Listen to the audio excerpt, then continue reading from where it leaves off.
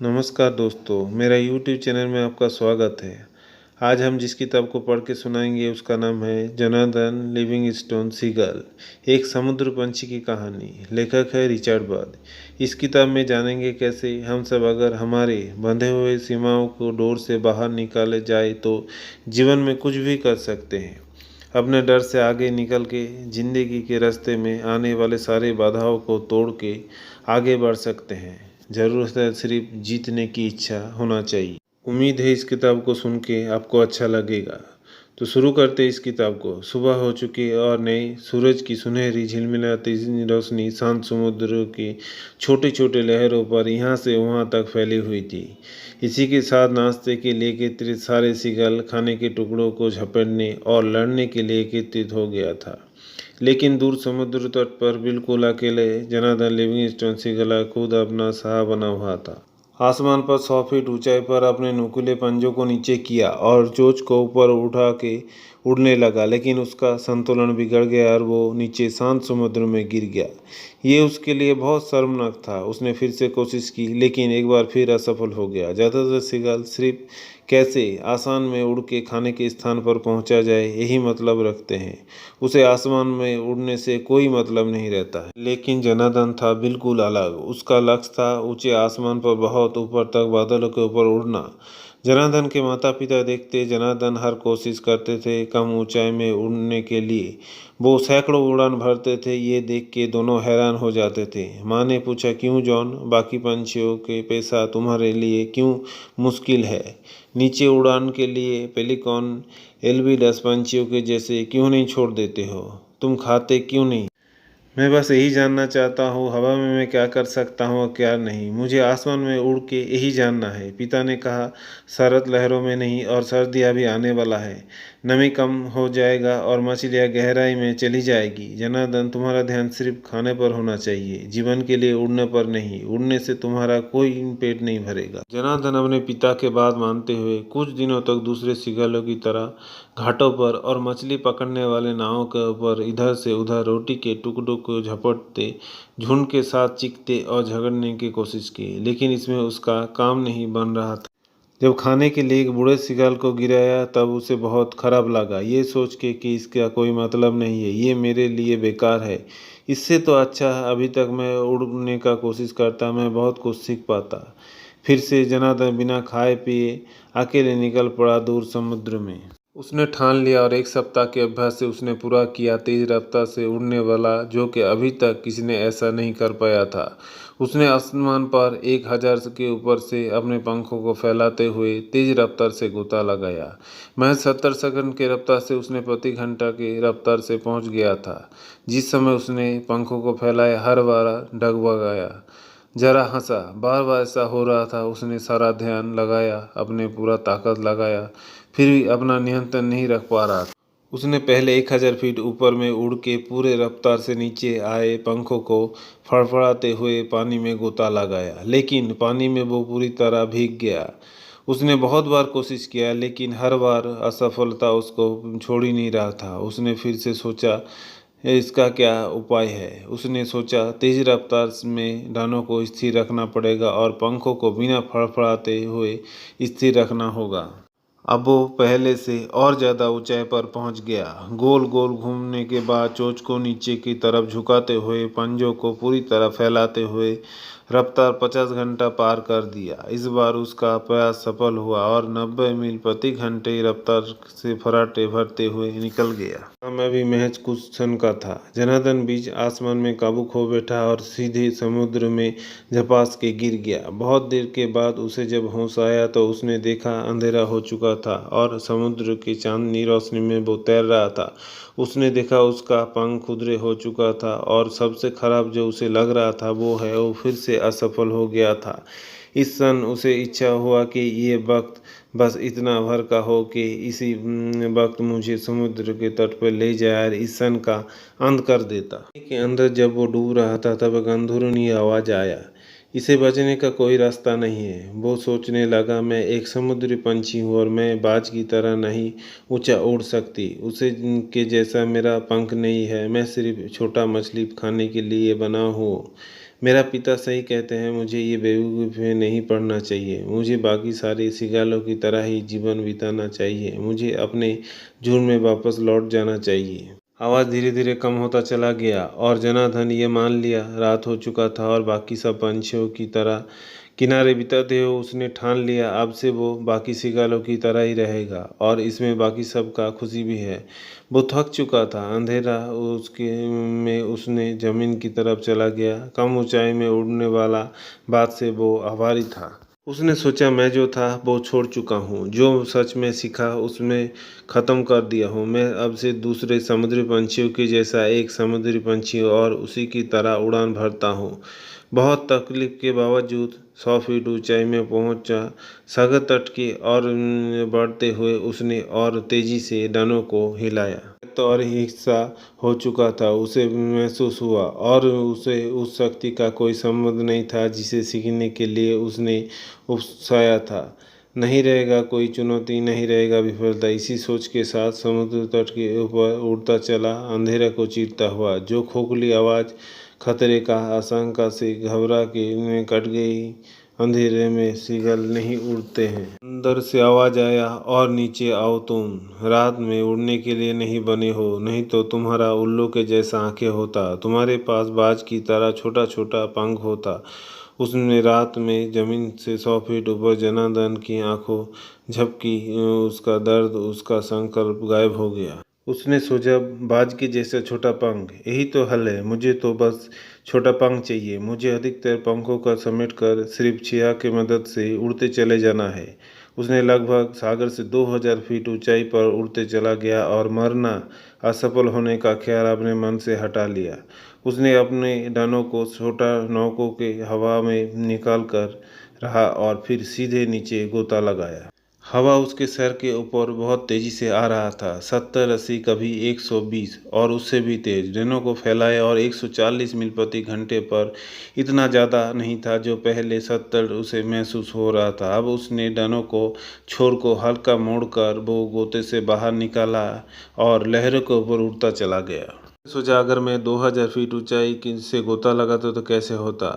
और फिर उसने सारे इरादे भुला दिए। शानदार तेज हवा उन्हें बुहा ले रहा था, फिर भी उसने वादों को तोड़ने का कोई बोझ नहीं था जो उसने खुद से जो मन में किया था। ये वादे तो उन शिकारों के लिए है जो आसानी से हार मान लेते हैं।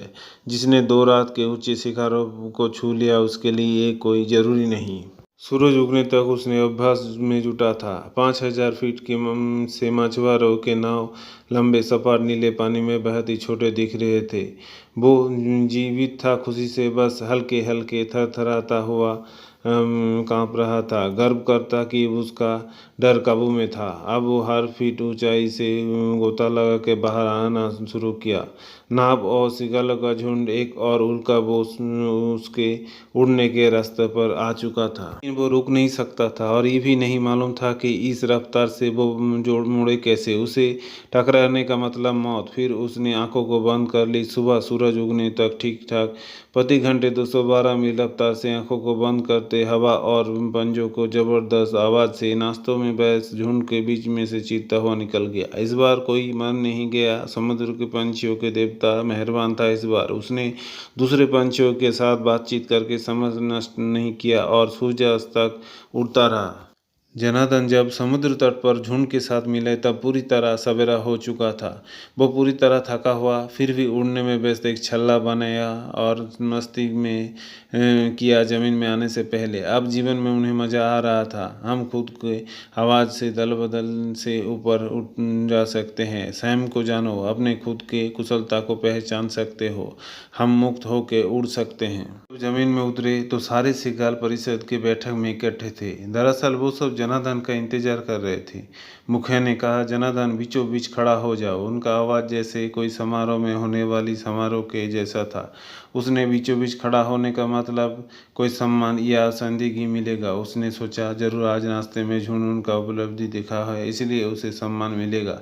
जनार्दन ने कहा मुझे सम्मान का कोई ज़रूरत नहीं है, मैं नेता नहीं बनना चाहता हूँ, मैं तो सिर्फ मेरे पास जो है उसे बांटना चाहता हूँ, मैं चाहता हूँ कैसे आगे बढ़ा जाए। मुखिया ने कहा जनार्दन सब सिगालों के बीचों बीच नज़र झुका के खड़ा हो जाओ। उसे लगा जैसे किसी ने उसे लकड़ी से मारा, उसका शरीर का ताकत खत्म होने लगा। मुखिया ने कहा शर्मिंदगी होने के लिए बीचों बीच खड़ा जा, उसका उपलब्धि कोई समझ में नहीं पाया, ये एकदम गलत है। उसकी लापरवाही और गैर जिम्मेदारी सारे दिन पूरे सिगाल बिरादरी की गरिमा और परंपरा को तोड़ा है। जोर जोर से आवाज आ रहा था उसने शर्मनाक काम किया है, उसके लिए उसे सिगल समाज से बाहर निकाला जाएगा, उसे दूर खड़ी चट्टानों के में अकेले ज़िंदगी गुजारना पड़ेगा। तब तुम्हें पता चलेगा गैर जिम्मेदारी तुम्हें कोई फ़ायदा नहीं मिलेगा। हम सब सिर्फ खाने के लिए इस दुनिया में आए हैं, जितना दिन जिंदा रहेंगे बस यही करना है। कोई सिगल परिषद के झुंड को पलट कर जवाब नहीं देता है, लेकिन जनार्दन ने चिल्लाए गैर जिम्मेदारी कह के। जिसके ज़िंदगी का एक उद्देश्य को खोज लिया है उसे उड़ने से उसे ज़्यादा कौन गैर जिम्मेदारी होगा। हजारों सालों से हम सब सिर्फ मछलियों को छीना-छीनी करते आए हैं, लेकिन अब हमारे पास सोचने का, खोजने का, आज़ाद होने का वजह है।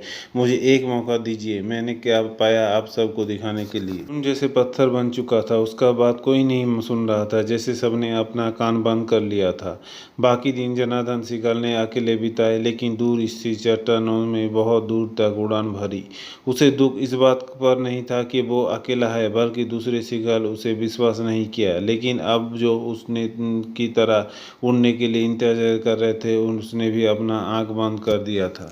ठान लिया और सीखेगा और चुस्त तेज रफ्तार वाला गोता लगाएगा और दुर्लभ स्वादिष्ट मछलियों की खोज करेगा। जो मछली समुद्र की सतह में 10 फीट नीचे झुंड बना के चलता था, अब उसे और मछली पकड़ने वाला नाव की और बांसी रोगी खानों की जरूरत नहीं थी। इस उम्मीद पर वो पूरे झुंड के लिए किया था, वो अपने लिए हासिल करेगा। उसने उड़ना सीखा और इसके लिए जो कीमत चुकानी थी उसके लिए वो दुखी नहीं था। उसने जाना भय और गुस्से के कारण है, जिसके कारण एक समुद्री पंछी जिंदगी में इतना छोटा होता है।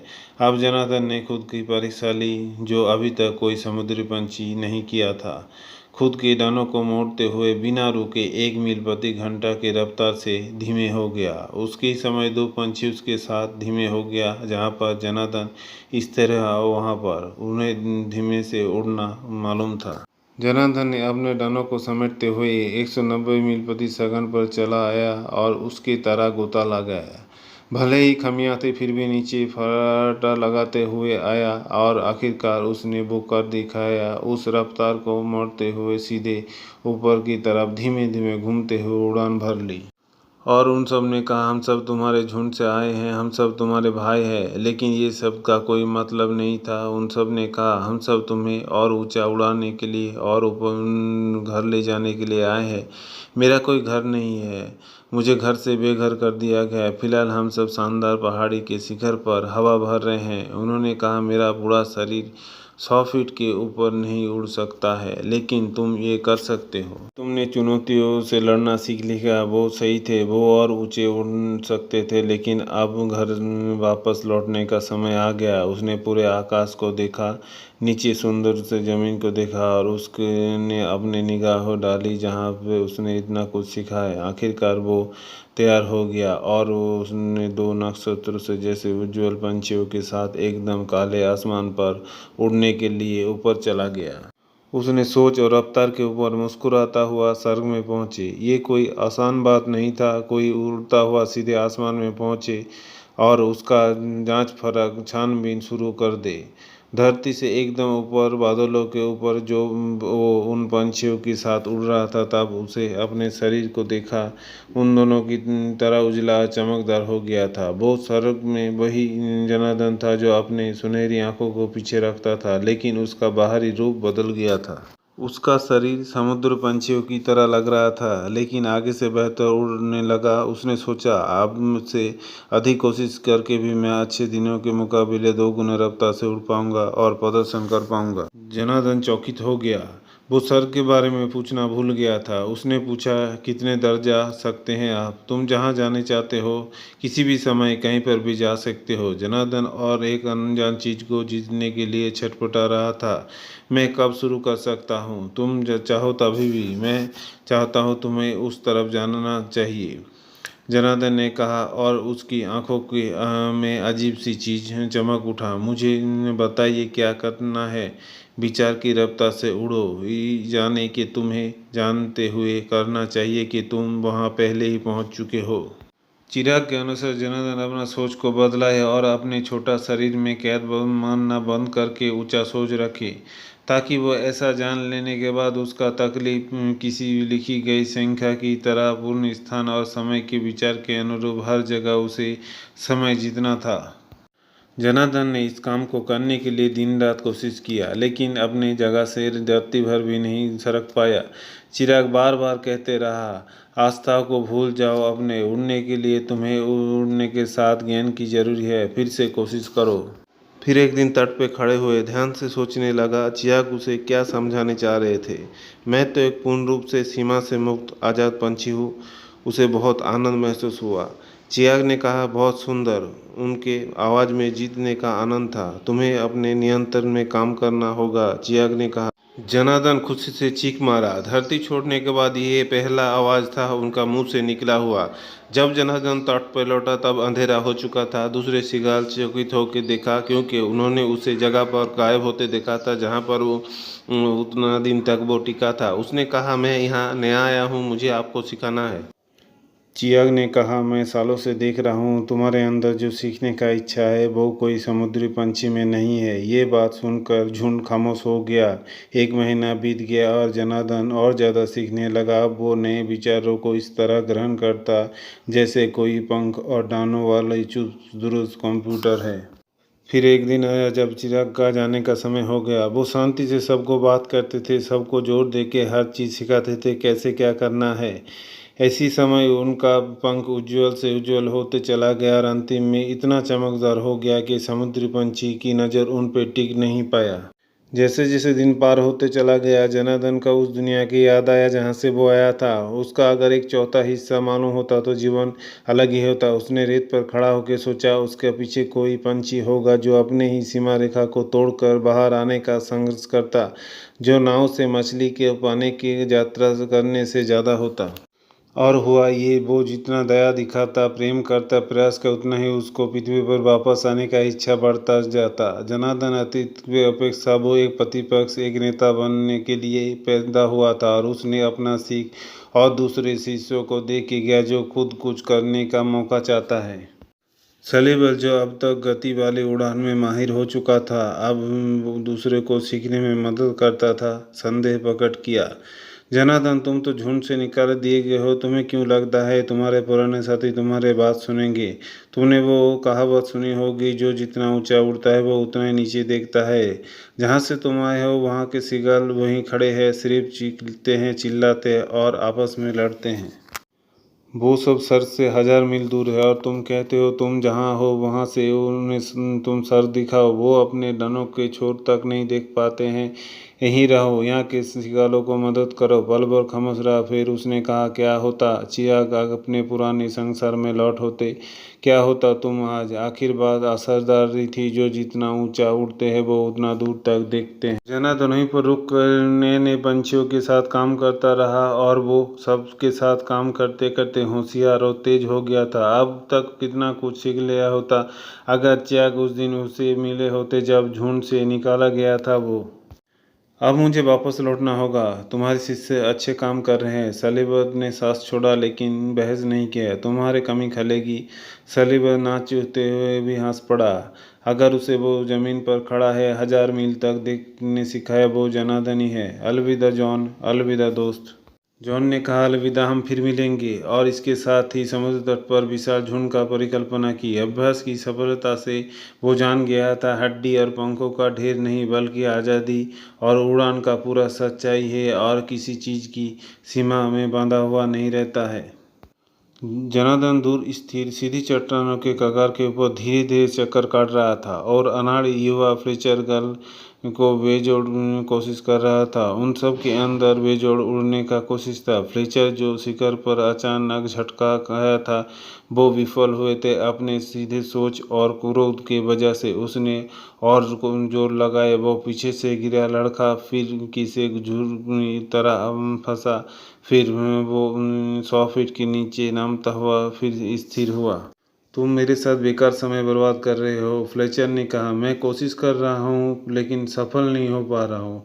जनार्दन सर हिलाए। तुम फ्लेचर जब तक न शुरुआती झटके को बर्दाश्त नहीं कर पाते हो तब तक तुम्हें करना होगा। आओ और हम सब साथ में करते हैं। ऊपर जाते समय ध्यान रखना ये एक निर्विघ्न आसान प्रयास होना चाहिए। 3 महीने खत्म होते होते और 6 शिष्य जुट गए। ये सब झुंड से निकाले हुए थे, फिर भी महज उड़ने के आनंद से आए थे।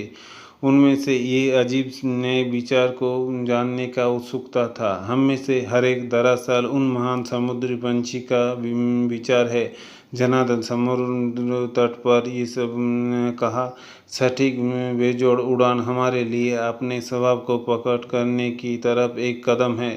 हर चीज़ जो हमें सीमित करता है उसे किनारे कर देना चाहिए। शिष्य दिन भर उड़ने के बाद थक कर सो जाते थे, लेकिन उनके अंदर पाने का जो भूख था वो हर सबक के बाद बढ़ती जाती थी। लेकिन उनमें एक भी थी फ्लेचर लिनगाल, जो ये विश्वास ही नहीं कर पाते थे कि विचारों का भी उड़ान संभव है। अपने विचारों के बंधन को तोड़ दो और तब तुम अपने शरीर के बंधन को भी तोड़ दोगे। लेकिन वो कैसे इस बात को कहते? वो सुनने एक सुखद कहानी लगती। उन्हें नींद की ज़रूरत ज़्यादा थी। इसके ठीक 1 महीने के बाद जनार्दन ने कहा, झुंड में वापस जाने का समय आ गया है, लेकिन हम सब तैयार नहीं हैं।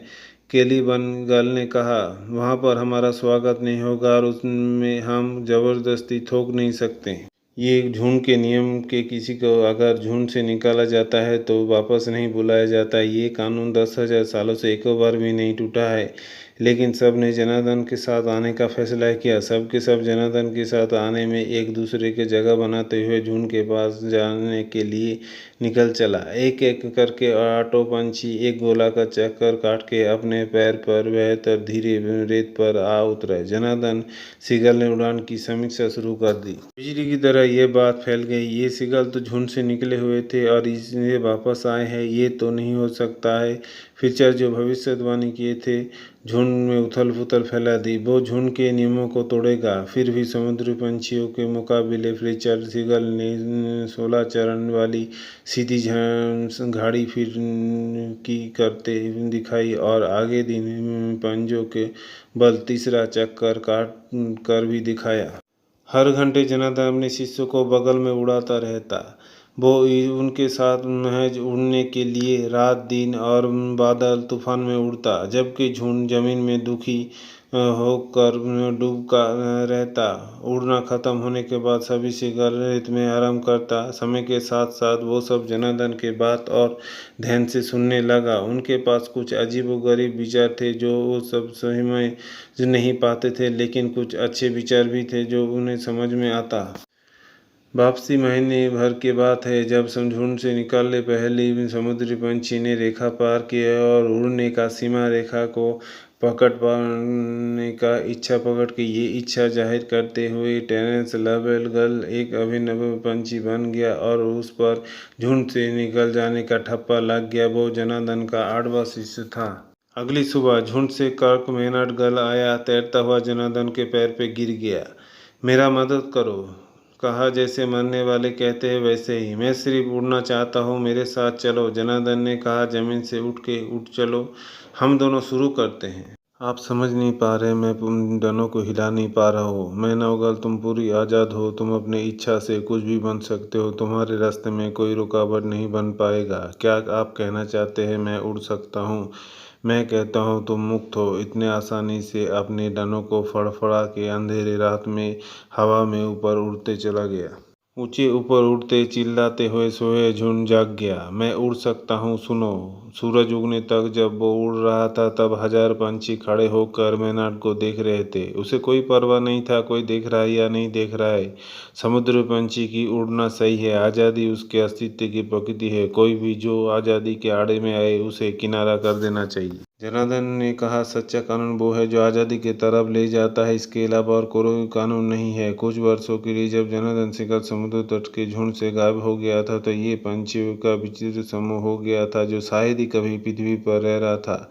कुछ तो उसको स्वदेश समझना शुरू कर दिया। एक कम उम्र के शिकार उसके ऊपर नीचे उड़ता हुआ छल्ला बना रहा था, जबकि बूढ़े शिकारी ये देखने के बजाय अपने आंखों को बंद करके रखता था।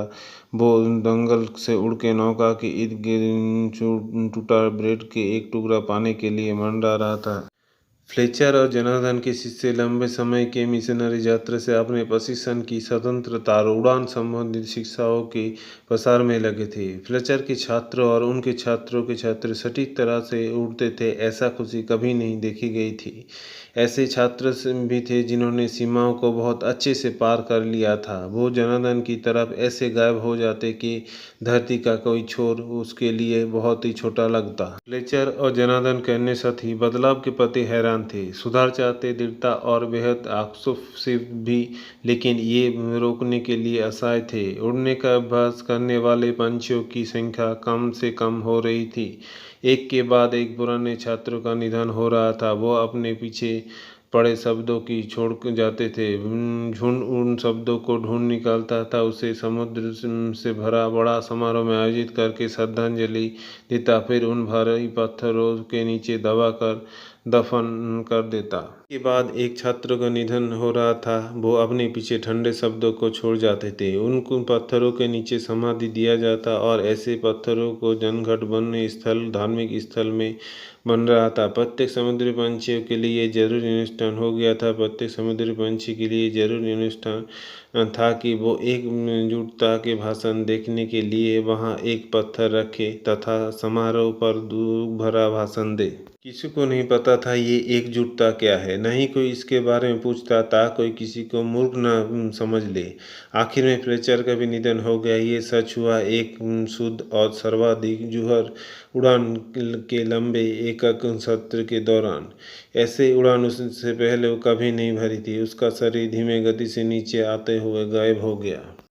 जब अगले सुबह फ्लेचर समुद्र तट पर नहीं देखे गए, बिना कोई नोट छोड़े हुए गायब हो गया तो झुंड कुछ समय के लिए एक सदमे में रह गया। इसके बाद सब इकट्ठे हुए। सब ने निर्णय लिया, जहाँ पर 7 छात्रों के साथ फ्लेचर देखे गए थे वहाँ पर अब एकता की चट्टान के रूप में देखा जाना चाहिए।